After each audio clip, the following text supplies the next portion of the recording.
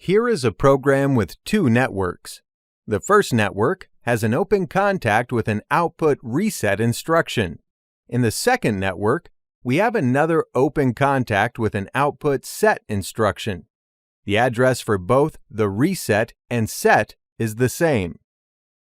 If both of these inputs here are energized at the same time, is the output going to solve false or true? To find out, let's go online and see what happens.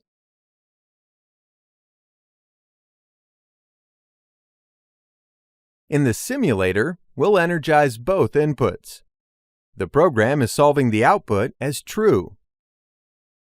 Let's go offline and swap our output instructions. We'll put a set in the first network and a reset in the second. We'll save the program and download to see how the output solves this time.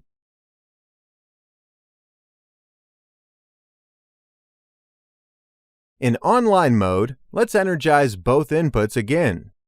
As you can see, this time the output solves as false. Why is the code solving differently now? If we look at how the CPU executes the program, we'll understand the difference between the first and second coding examples. As we stated in previous lessons, the CPU executes the program from the first network to the last. This first-to-last network execution occurs in every cycle scan. Keeping that in mind, let's look at this program example. In the first network, IOO is energized, so the CPU sets the output Q4O to true. In the second network, the CPU sees that IO1 is true, so it resets the output or makes Q4O false. So we see in the simulator that Q4O is false. You may wonder why we didn't see Q4O true in the simulator if it was momentarily true. This is because when the CPU sets Q4O true in the first network, that result is not immediately sent to the output module, in our case, the simulator. As we've said previously, the status of this address is first saved in the PI queue. After all networks are executed, the last status of this address is then set to the output module. Looking back at what we saw in the simulator, address Q4O solved true in the first network, but false in the second. So at the end of the cycle, or execution of all networks, what was the status of Q4O? Correct, the status was false. This is what we saw in the simulator, or the output module. Taking into consideration the way the CPU executes the program, we can see in our program that the output address in the last network has the greater priority. At the beginning of this lesson, we had the reset instruction on the first network and the set on the second network. In executing that program, the last status of Q4O in the PI queue was 1, or true at the end of the cycle scan. So this is what we saw for Q4O in the simulator. Earlier, we said that the lower input on a flip-flop instruction always has priority. We can explain this now in greater detail because we now know how the CPU executes the program.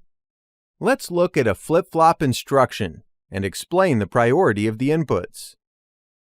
We'll delete this program here and add a new network and insert an SR flip-flop instruction.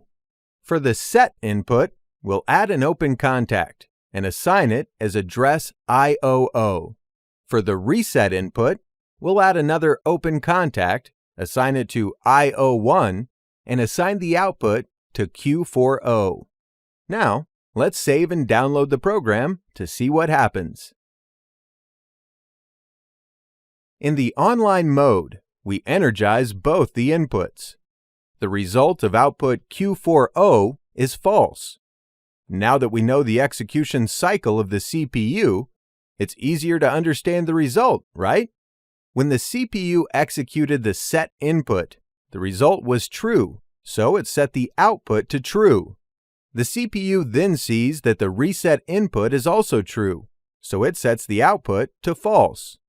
At the end of the cycle, the output is false, so that's what we see at the output address in the simulator. If we replace our SR with an RS flip-flop, we will have the inverse of what we just saw. The output will be true because the lower line has priority. So, when we're programming, we should remember that the CPU executes from top to bottom. So addresses and instructions in the lower lines of code or networks will always have priority.